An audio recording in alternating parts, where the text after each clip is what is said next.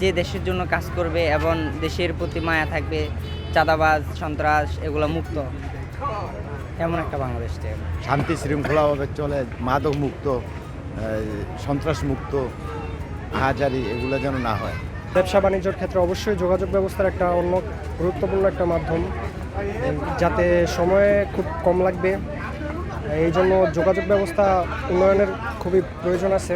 জনগণের নিরাপত্তা, আইনের শাসন যেটা, এটা আমার মনে হয় আরও জোরদার করা উচিত।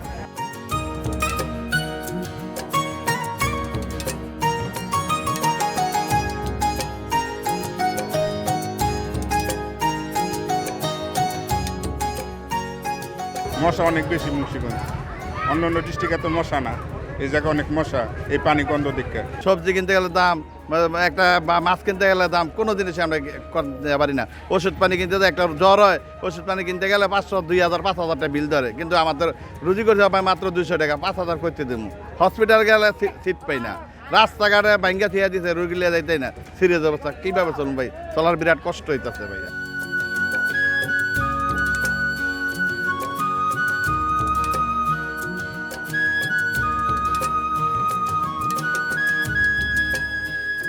যে অশৃঙ্খল, যে নোংরা, কোনো নাই কোনো পরিবেশ, নাই কোনো সেবা, একটা টলি গাড়ি বলতো পাই নাইকা, একটা রুগী নামামু 5 তলা থেকে নিচে একটা টলি বলতো নাইকা, এমন পরিস্থিতি হাসপাতালে আছে।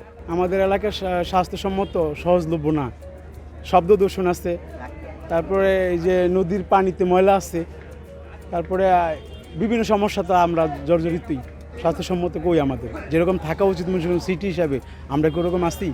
এদেশে কি হোক, সৃজনশীল স্বাস্থ্য কি বলে গণতান্ত্রিক ব্যবস্থা চালু হোক, জনগণের অধিকার সব ক্ষেত্রে প্রাধান্য দেওয়া হোক, এবং কি করা হোক, মানে প্রশাসনিক ব্যবস্থা আরও কঠোর করা হোক, যাতে ভোক্তারা সঠিকভাবে সব কিছু স্বল্প মূল্যে সঠিক মূল্যে গ্রহণ করতে পারে। আমার মনে হয় শিক্ষা ব্যবস্থার বিষয়গুলো আরও বেশি প্র্যাকটিক্যাল হওয়া দরকার, কারণ স্কুল কলেজে যেগুলি শেখায় ওগুলি আমাদের বাস্তব জীবনে তেমন কোনো কাজে আসে না।